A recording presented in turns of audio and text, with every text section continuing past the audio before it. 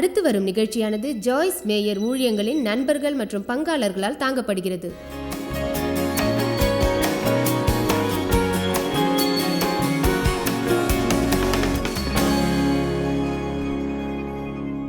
சாத்தான் நமது விசுவாசத்தை திருடிட உபயோகிக்கும் கருவி பாடுகளாகும். பாடுகள் என்ற ஆயுதத்தை சாத்தான் நமக்கு விரோதமாக உபயோகிக்கிறான். மேலும் அவனுக்கு பிடித்த விஷயம் நாம் நமது சரீரத்தை பராமரிக்க தவறுவது. ஏனென்றால் அது அவனுக்கு மிகவும் எளிதாகிவிடும். அவன் நமது சரீரத்தை தாக்கி நமக்கு வியாதி நோய்களை ஏற்படுத்தி தன்னால் இயன்ற அளவுக்கு செயல்படுவான். ஆனால் அது மட்டும் அவன் தொல்லை கொடுக்கும் வழியல்ல. ஒருவேளை உங்கள் மனதை தாக்க முயன்றால் அது வேலை செய்யவில்லை. ஒருவேளை உங்கள் சரீரத்தை தாக்க முயன்றும் செயல்படவில்லை. மேலும் அவன் சந்தோஷப்படுவான் உங்கள் உடைமைகளை தாக்கும்படி. எந்த வகையிலாவது உங்கள் வாழ்வில் நஷ்டத்தை ஏற்படுத்த அவன் முயற்சிப்பான். எப்படியாவது உங்களை பாடுகளுக்கு உட்புகுத்தும் விதத்தில். இன்று நான் பிரசங்கிக்கப் போவது பாடுகளை குறித்து. அதனால் மக்கள் அதிக கவனம் செலுத்த மாட்டார்கள் என்று என் நண்பரிடம் கூறினேன். எப்படி இருந்தாலும் நீங்கள் கட்டாயம் எப்படிப்பட்ட செய்தியை கேட்க வேண்டும். நீங்கள் கட்டாயம் புரிந்து கொள்ள வேண்டும் பாடுகளை குறித்து. நீங்கள் கட்டாயம் அதை குறித்து விளங்கிக் கொள்ள வேண்டும். வாழ்க்கையில் பாடுகள் வரும். உங்களை சிறந்தவராக வளர்த்து கொள்ள முடியும். உண்மையான பாடுகளை கடந்து செல்ல வேண்டும் என்பதை புரிந்து கொண்டால் உங்களால் அனைத்தையும் ஒதுக்கிட முடியாது. ஆமென். ஆகவே சாத்தான் பாடுகள் மூலம் நம்மை அழித்திடும்படிக்கு திட்டமிடுகிறான். நம் விசுவாசத்தை அழிக்கவும் நாம் தளர்ந்து போகவும் அவன் விரும்புகிறான். தேவன் நல்லவரல்ல என்று நாம் யோசிக்க விரும்புகிறான். மேலும் தேவன் இப்படிப்பட்ட காரியங்களை அனுமதிக்கிறார். சில காலத்திற்கு அவர் நினைப்பதை செய்திரும்படி. ஆனால் நமக்கு அது புரிந்து கொள்ள இயல்வதில்லை. ஆனால் நாம் நம்ப வேண்டும். தேவனுடைய நேரத்தை வேதம் கூறுவதை மேலும் விசுவாசிக்க வேண்டும். 1 பேதுரு 4:12. தேவன் நமது விசுவாசத்தை சோதிக்கிறார்.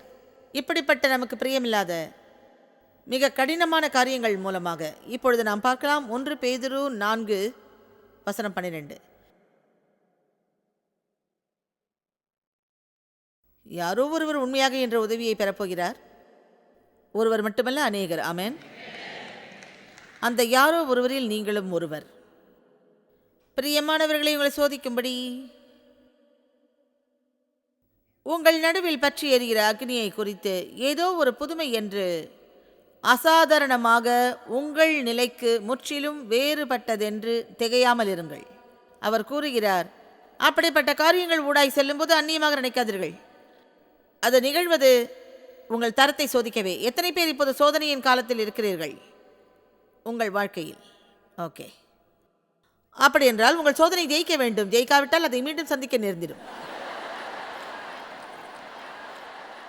இது தேவனை குறித்த சுவாரஸ்யமான ஒன்று. அவருடைய பள்ளியில் நீங்கள் தப்ப முடியாது. நீங்கள் தேர்ச்சி பெறும் வரை திரும்பவும் திரும்பவும் திரும்பவும் திரும்பவும் தொடர்ந்து ஒரே பரீட்சையை சந்திக்க வேண்டும். பிறகு நீங்கள் வெற்றி பெற்ற பிறகும் நீங்கள் நினைக்கலாம் இதுதான் கடைசி என்று.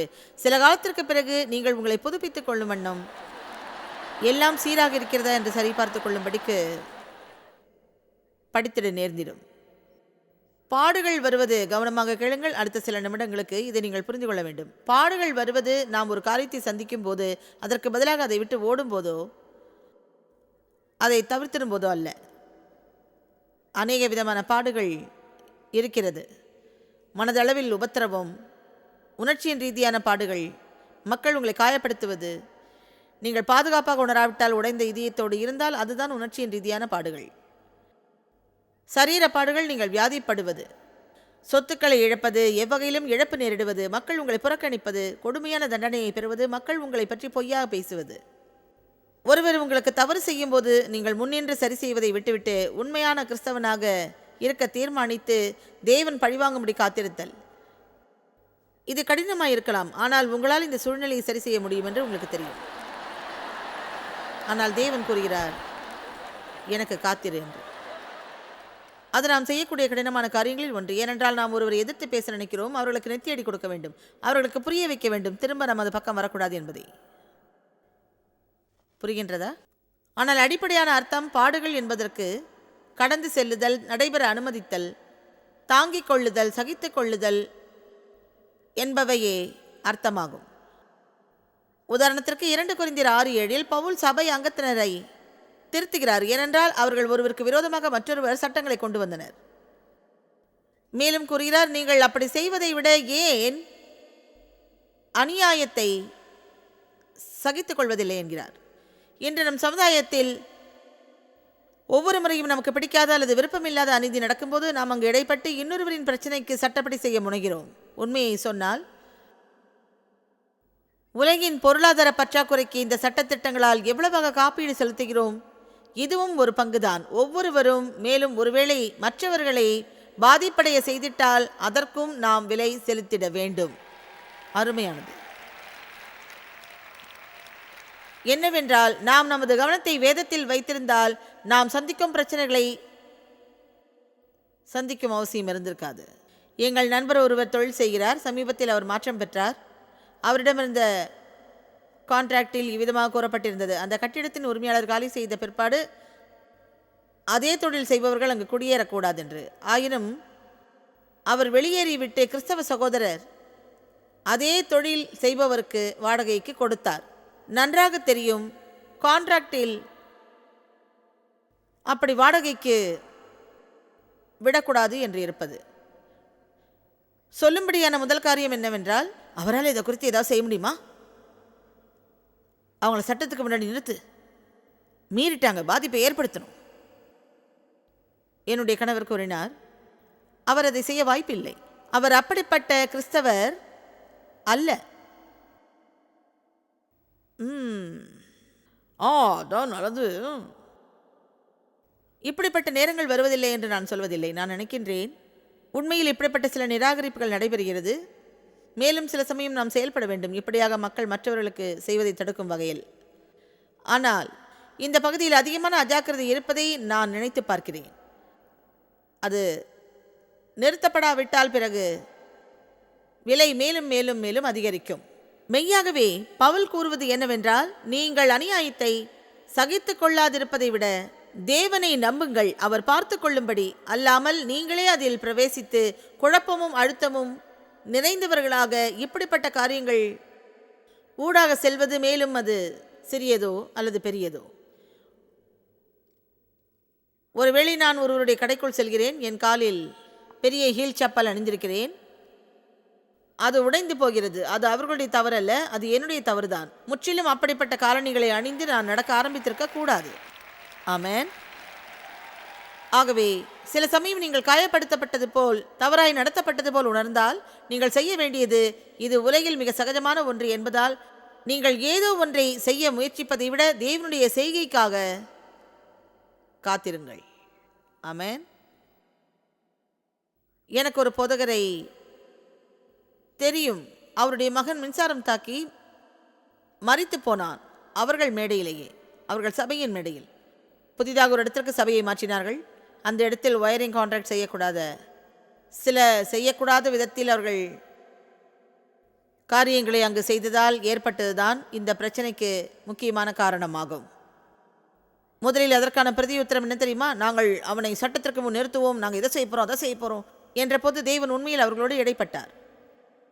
அதை செய்யாதே, அதை என்னிடம் விட்டுவிடு, நான் அதை பார்த்து கொள்கிறேன். நாம் செய்வதிலேயே மிக கடினமான காரியம் அதுதான்.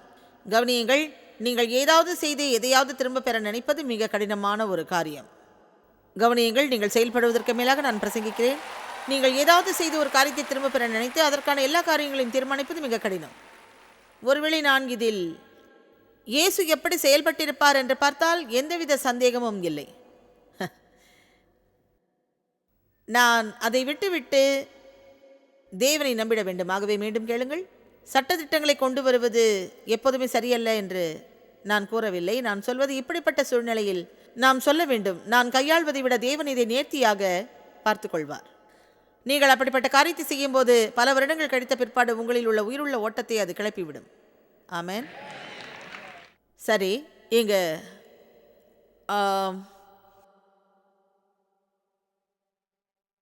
பவுல் பலவிதமான பாடுகளை தான் கடந்து சென்றுள்ளதாக கூறுகிறார். இப்போது 2 கொரிந்தியர் 4:8 பார்க்கலாம். தேவனுக்காக ஏதாவது செய்ய நினைத்தால் பாடு அனுபவிக்கப் போகிறீர்கள். உங்கள் உற்சாகத்திற்காக நன்றி. 2 கொரிந்தியர் 4:8, நாங்கள் எப்பக்கத்திலும் அழுத்தப்பட்டும் நெருக்கப்பட்டும் எல்லா விதத்திலும் ஒடுங்கி போகிறது இல்லை, கலக்கமடைந்தும் மனம் முறிவடைவதில்லை. இதை குறித்து சில நிமிஷங்களில் நான் ஒரு கதையை கூறுகிறேன். துன்பப்படுத்தப்பட்டும் தப்பிக்க வழி தெரியாமல், ஆனால் கைவிடப்படவில்லை. நாங்கள் தாக்கப்பட்டும் உபத்திரவப்பட்டு கடினமாக நடத்தப்பட்டும் தனிமையாக நிற்க தனித்து விடப்படவில்லை. நாங்கள் கீழே தள்ளப்பட்டும் அடிந்து போகிறதில்லை, அழிவதில்லை. பவுல் கடினமான நேரங்களை சந்தித்தார். ஆம், நான் இந்த கூட்டங்களில் நிற்கிறேன், இவ்வளவு வெளிச்சத்தின் மத்தியில், மேலும் உலகமெங்கும் பிரயாணிக்கின்றேன். எல்லோரும் கைத்தட்டி ஆர்ப்பரிக்கிறார்கள். ஆனால் ஒன்று, அது எப்போதும் இப்படி இருப்பதில்லை. எனக்கு நினைவிருக்கிறது, என் ஊழியம் ஆரம்பமான முதலில் என்னிடம் மக்கள் முன்பாக வந்து கூறிடுவார்கள், இவ்வளவு காலம் எங்க இருந்தீங்க, உங்களை பத்தி கேள்விப்பட்டதே இல்லை. எங்கேயோ இருந்தேன், ஆனால் நான் இருந்த நிலையில் இருந்திட ஒருவேளை உங்களுக்கு விருப்பம் இருக்காது. தேவன் அமைதியாக இருந்த காலங்கள் எளிதானதல்ல. நீங்கள் உங்களுக்கு அழைப்பு உண்டு என்று விசுவாசித்து நீங்கள் நம்புகிறீர்கள். உங்கள் வாழ்வில் ஏதோ ஒன்று நடக்கிறது. அது மட்டுமல்ல, நீங்கள் தேவனை நம்புகிறீர்கள் உங்களுடைய ஊடுருவலுக்காக, அற்புதத்திற்காக. ஆனால் மற்றவர்கள் அதை பெறுகிறார்கள், உங்களுக்கு ஒன்றும் கிடைப்பதில்லை. அப்படிப்பட்ட வருடங்கள் மிக கடினமானதுதான். ஆனால் உங்களுக்கு சொல்கிறேன், ஒருவேளை விட்டுவிட்டு விலகிவிட்டால் நீங்கள் செய்வது பின்னாகவே செல்வதாயிருக்கும். ஆனால் நீங்கள் தொடர்ந்து முன்னேறுகிறவர்களாக இந்த காலையில் பாடி சொன்னது போல, எப்படியானாலும் நீங்கள் அவைகளை தகர்த்தெறிந்து ஜெயத்திற்குள்ளாக கடந்து போவீர்கள். இப்படிப்பட்டவளை கடந்து செல்லும்போது என்ன நடக்கிறது? ஒவ்வொரு முறையும் நீங்கள் இப்படிப்பட்டவளை கடந்து செல்லும்போது விட்டு விடாதீர்கள். அந்த பகுதியில் ஒரு தசையை வளர்க்கிறீர்கள், முன்பு இல்லாத ஒன்றது. மீண்டும் அப்படிப்பட்ட காரியங்கள் உங்களுக்கு நடக்கும் பொழுது, அடுத்த முறை அதை உருவேற்கும் போது முதல் முறை நடந்தது போல அது உங்களை பாதிக்காது. மீண்டும் அதை சந்திக்க நேர்ந்தால் இப்போது இரண்டாம் முறை நடந்ததை விட அதிக கேடாக உங்களை பாதிக்காது. மேலும் சீக்கிரத்திலேயே சில நாட்களில் உங்களுக்கு சிறந்த அனுபவம் ஏற்படும். இந்த குறிப்பிட்ட பகுதியில் நீங்கள் அதிகமாகவே இதனூடாக கடந்து வந்து விட்டீர்கள். எனவே நீங்கள் பிசாசிடம், நீ உடனே இங்கிருந்து போ, நல்ல நேரத்தை கொண்டிரு, ஏனென்றால் இனியும் அந்த வேதனையை நான் உணரப்போவதில்லை. ஆமென். சில வருடங்களுக்கு முன் என்னை பற்றி சரமாரியாக இறுதியாக வெளியிட்டார்கள். கிட்டத்தட்ட 13 பக்கங்களாக இருந்தது. அதாவது என்னுடைய புகைப்படம் அதில் முன்பகுதி எங்கும் இருந்தது. அது மிக காரணமற்ற செயலாக இருந்தது. அது எப்படி என்றால், அதாவது காரியங்கள் எல்லாம் மாற்றி அமைக்கப்பட்டு சிலவற்றை சந்தர்ப்பங்களுக்கு விலக்கிவிட்டு அவர்கள் அதனை முற்றிலும் மாறுபாடாக துணிக்க செய்தார்கள். முற்றிலும் வேறுபட்டிருந்தது. மேலும் அவர்கள் எடுத்த அனைத்து காட்சிகளும், அவர்கள் வெளியிட்ட அனைத்து புகைப்படங்களும், அவைகளில் 2 யாரோ ஒருவர் காணிக்கை கூடைகளை கையில் அடுக்கி வைத்திருப்பது போல இருந்தது. உங்களுக்கு செய்தி விளங்கியிருக்கும். இப்படித்தான் என் புகைப்படம் எங்கும் செல்கிறது.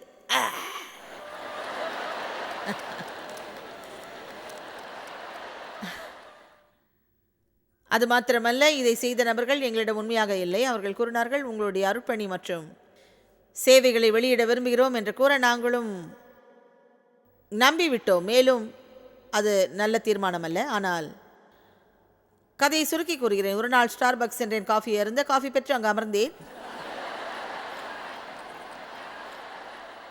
நான் மிகவும் மனம் நொந்து போனேன். அது எனக்கு மிகவும் வலி நிறைந்ததாக, எனது உணர்ச்சிகளில் வேதனையாக இருந்தது. ஓ தேவனே, அந்த வேளையில் நான் சொல்ல விரும்பினேன், அது பாத்திரமானதல்ல, அது சரி அல்ல.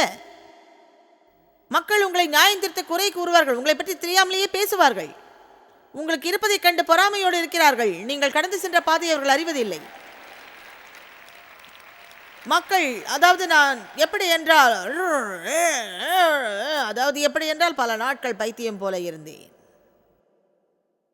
அதன் பிறகு எங்களுக்கு பட்டணத்திற்குள்ளே ஒரு சபை கிடைத்தது. தெருக்களில் இருப்பவர்களுக்கு உதவினோம்.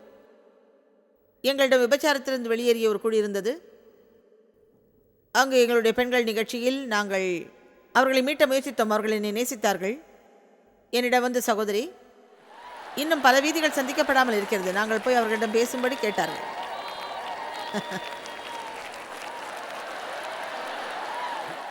நடந்ததை சொல்கிறேன். அவர்கள் ஜாக்கிரதையோடு எதிர்பார்த்தார்கள் நான் போ என்று சொல்வேன் என்று.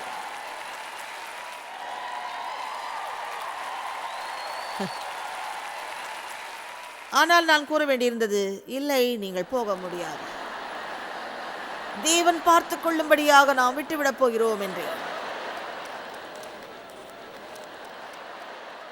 பிறகு நான் ஜெபித்தேன், தேவனே, ஓ தேவனே, அவர்களை ஆசீர்வதியும்.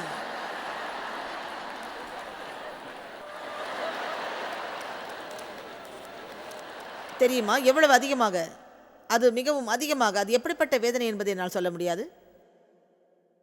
மக்கள் உங்களை பற்றி பொய்யானதை கூறுவது தெரிந்தால், மேலும் அவர்கள் கூறுவது மற்றவர்களையும் பாதிக்கிறது என்பதை அறிந்தும் அதை குறித்து உங்களால் ஒன்றுமே செய்ய இயலாத நிலை. நானே சொந்தமாக ஒரு தொலைக்காட்சி நிகழ்ச்சியை ஆரம்பித்து என்னை தற்காத்துக் கொள்ள முயற்சித்திருந்திருக்கலாம். ஆனால் அது எந்த நன்மையும் செய்யாது. இயேசு தன்னை காத்துக்கொள்ள முயன்றதே இல்லை. அவர் தன்னை நிரூபிக்க முயலவில்லை. இறுதியில் நடப்பது மக்கள் எப்படியும் நம்பிட வேண்டும். அபிஷேகம் பண்ணப்பட்டவரை அதன் கனியை மேலும் விசுவாசித்திடுவார்கள். அவைகளின் கனிகளால் அவைகளை அறிவார்கள், செய்தித்தாள்கள் மூலமல்ல. புரிகிறதா?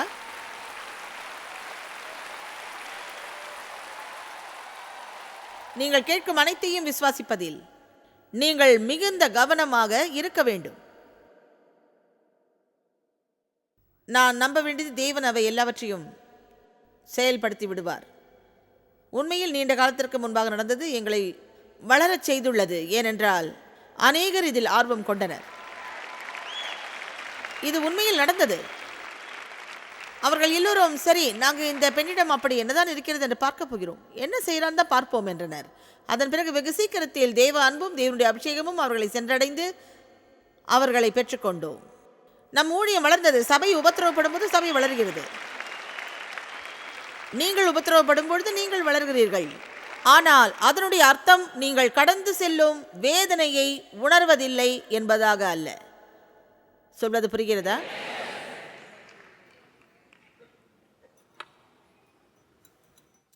பவுல் 2 கொரிந்தியர் கூறிடும் பாடுகளில் இருந்து எப்படி தப்பியிருக்க முடியும் என்று அறிந்திருந்தார். அவைகளுக்கு விலகி இருப்பது எவ்வளவு எளிதாக அவருக்கு இருந்திருக்கும். அவர் பட்டணத்தை விட்டு செல்ல வேண்டும். வேறொரு பட்டணம் போவதை குறித்து மேலும் நான் நினைத்து பார்த்தேன்.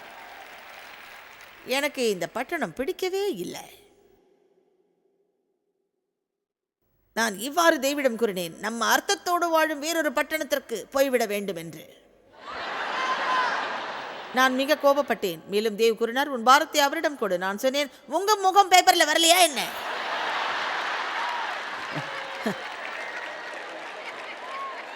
சரி, நீ என்னோட மனைவி, அது பாதித்தது. நான் சொன்னேன், ஆனா அவங்க பேசுறது உங்களை பத்தி இல்லையே. நான் மிக கோபப்பட்டேன். அடுத்த முறை அது நடந்த போது எனக்கு கோபம் வந்தது. ஆனால் முதல் முறை கோபம் அடைந்தது போலல்ல.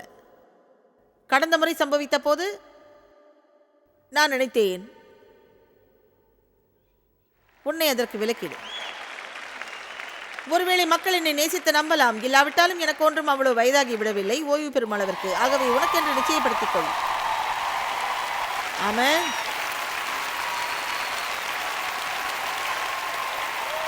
நான் நினைக்கிறேன், நான் நிற்கும் நிலை எப்படி பவுல் கூறினாரோ அது போல. பாருங்கள், நான் என் சரீரத்தில் கர்த்தராகிய இயேசு கிறிஸ்துவினை பெற்றுள்ளேன். இன்றையிலிருந்து இப்போதிலிருந்து ஒருவனும் என்னை பாதிக்க முடியாது.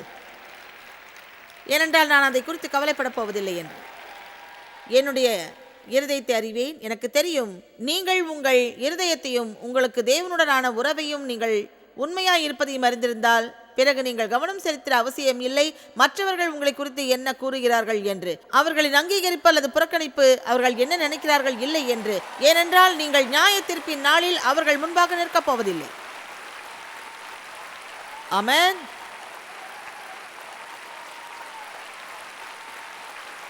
இதை இப்போது கவனமாய் கேளுங்கள்.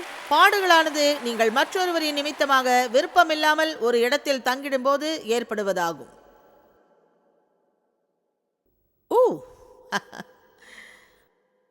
பாடுகளானது நீங்கள் மற்றொருவரின் நிமித்தமாக விருப்பமில்லாமல் ஒரு இடத்தில் தங்கிடும் போது ஏற்படுவதாகும்.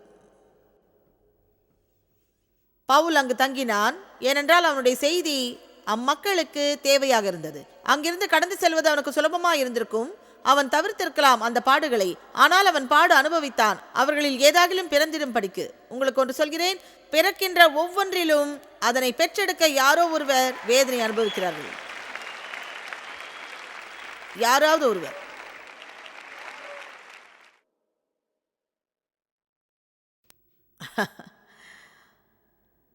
ஆகவே தான் ஊழியத்தில் பெண்கள் எனக்கு முன்பாக இருந்தவர்கள் வெளிப்படையான ஊழியத்தில் எனக்கு வழிவகுத்து உதவி இருக்கிறார்கள். ஆனால் நான் ஆரம்பித்த போது அது சாதாரணமாக இருந்தது. ஆண்கள் எழுந்து என் பிரசங்கத்தின் போது அல்லது பெண் பிரசங்கி சபைக்கு அழைக்கப்பட்டதை அறிந்து வெளியேறுவது. ஆமாம், அது மிக கடினம். நீங்கள் அப்படி செய்யக்கூடாது, நீ ஒரு பெண். நான் சொன்னேன், நான் அதை செய்கிறேன், அதனால் என்ன இப்போ?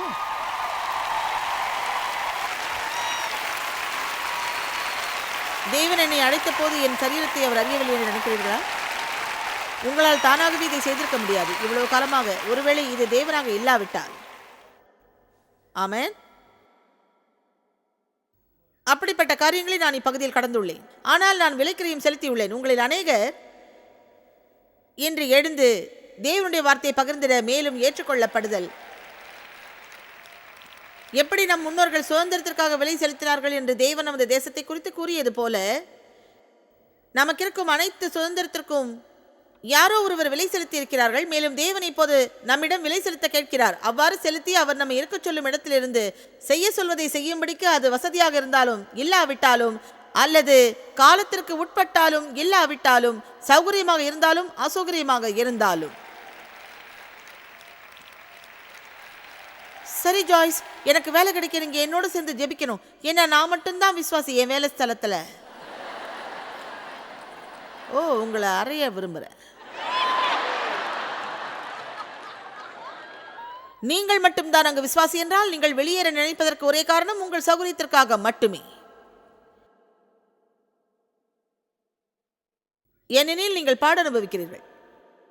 மக்களை இருளிலே விட்டுவிட்டு நாம் வெளியேற விரும்புகிறோம். அவர்கள் செத்து நரகம் போனால் நமக்கு என்ன? நாம் சந்தோஷமா நம்ம போல ஒருத்தரோட உட்கார்ந்து சாப்பிடலாமே.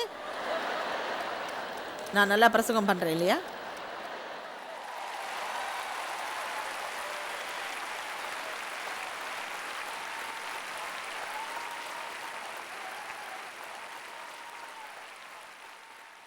ஆராதனை குழுவில் இருக்க உங்களுக்கு விருப்பம், ஆனால் அவர்கள் உங்களை ஏற்றுக்கொள்ளவில்லை. ஆகவே நீங்கள் கோபத்தோடு போய், நான் இங்கேருந்து போறேன். ஏன் நீங்கள் இப்படி செய்கிறீர்கள்? ஒருவேளை பாதிப்போடு வெளியேறினால் மற்றொரு இடத்திற்கு நீங்கள் பாதிப்புடனே போகிறீர்கள். மேலும் அங்கும் உங்களை ஏற்றுக்கொள்ளவில்லை. உங்கள் வாயை மூடிடுங்கள், அமைதியாக இருங்கள். தேவன் உங்களை உயர்த்த காத்திருங்கள். மேலும் அவர் உங்களை உயர்த்தாவிட்டால் நீங்கள் உயர்த்தப்படாதிருப்பது நல்லது. ஏனென்றால் நீங்களே உங்களை உயர்த்தி கொண்டால் அந்நிலையில் நீங்களே உங்களை தக்க வைத்திட முயல வேண்டும். ஆமென். அநேக வசனங்கள் கொடுக்கப்பட்டிருக்கிறது. ஒரு அப்போஸ்தலனாக பவுல் எப்படி பாடுபட வேண்டும் என்பதை தேவன் விளக்கினார். வாவ். 2 தீமோத்தேயு கூறுகிறது, நாம் ஆயத்தமாக இருக்க வேண்டும் தீங்கு அனுபவிக்கும்படிக்கு. மேலும் அப்படி தீங்கு அனுபவிக்கும் போது கனிவோடு, அன்பின் சாந்தத்தோடு, மன்னிக்கிறவர்களாக, பொறுமையோடு இருக்க வேண்டும். 2 தீமோத்தேயு 3:12, அன்றியும் கிறிஸ்து இயேசுவுக்குள் தேவபக்தியாய் நடக்க மனதாய் இருக்க யாவரும் துன்பப்படுவார்கள். நீங்கள் சரியான ஒன்றை செய்ய நினைக்கும் போது சாத்தான் உங்களை சிவப்பு கம்பளம் விரித்து வரவேற்பான் என்ற அர்த்தம் அல்ல. ஆமென். நீங்கள் நேசிப்பவர்கள் உங்களுக்கு விரோதமாக வந்திடலாம். உங்களுக்கு எதிராக வருகிற மக்களே, ஏன் அவர்கள் நீங்கள் செய்வதில் பிரியப்படுவதில்லை என்று அறிந்திட கடினமானவர்கள். எப்படி இருக்குன்னா, ஆமா நான் நினைச்சேன், ஆனா நீங்க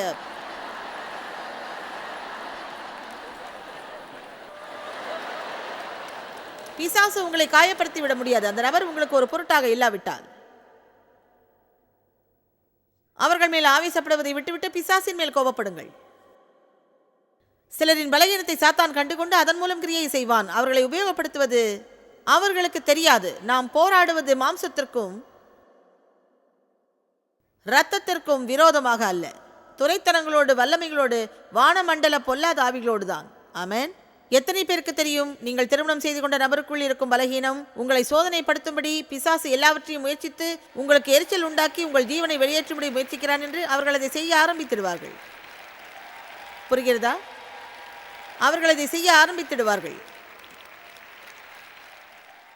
இதுவரை செய்யாத விதத்தில். மேலும் நீங்கள் சொல்லுவீர்கள், ஓ தேவனே, இன்றைக்கு வேண்டாம். நான் சொல்வது உண்மையா?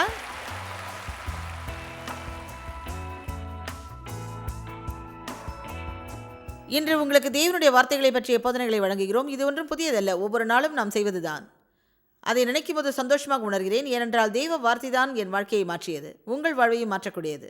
தேவனுடைய வார்த்தை ஆன்மீக உணவாகும். சரீரத்துக்கான ஆகாரத்தை புசிப்பது போல ஆன்மீக உணவையும் புசிக்க வேண்டும். பங்காளர்களுக்கும் எங்களது நன்றியையும் பாராட்டுகளையும் தெரிவிக்கிறோம். ஒன்றாய் இணைந்து நாம் பசியுள்ளவர்களை போஷித்து உடைகளை கொடுத்து தேசங்களுக்கு சுவிசேஷத்தை சொல்லி வருகிறோம். எங்களை தொடர்பு கொண்டு உங்கள் ஜெப தேவைகள் மற்றும் எங்களின் வெளியீடுகள் பற்றி அறிந்து ஜாய்ஸ் அவர்கள் நிகழ்ச்சிகளை அறிந்து எங்களோடு இணைந்து தேவ அன்பை உலகிற்கு பரவச் செய்யுங்கள். அடுத்து வரும் நிகழ்ச்சியானது ஜாய்ஸ் மேயர் ஊழியங்களின் நண்பர்கள் மற்றும் பங்காளர்களால் தாங்கப்படுகிறது.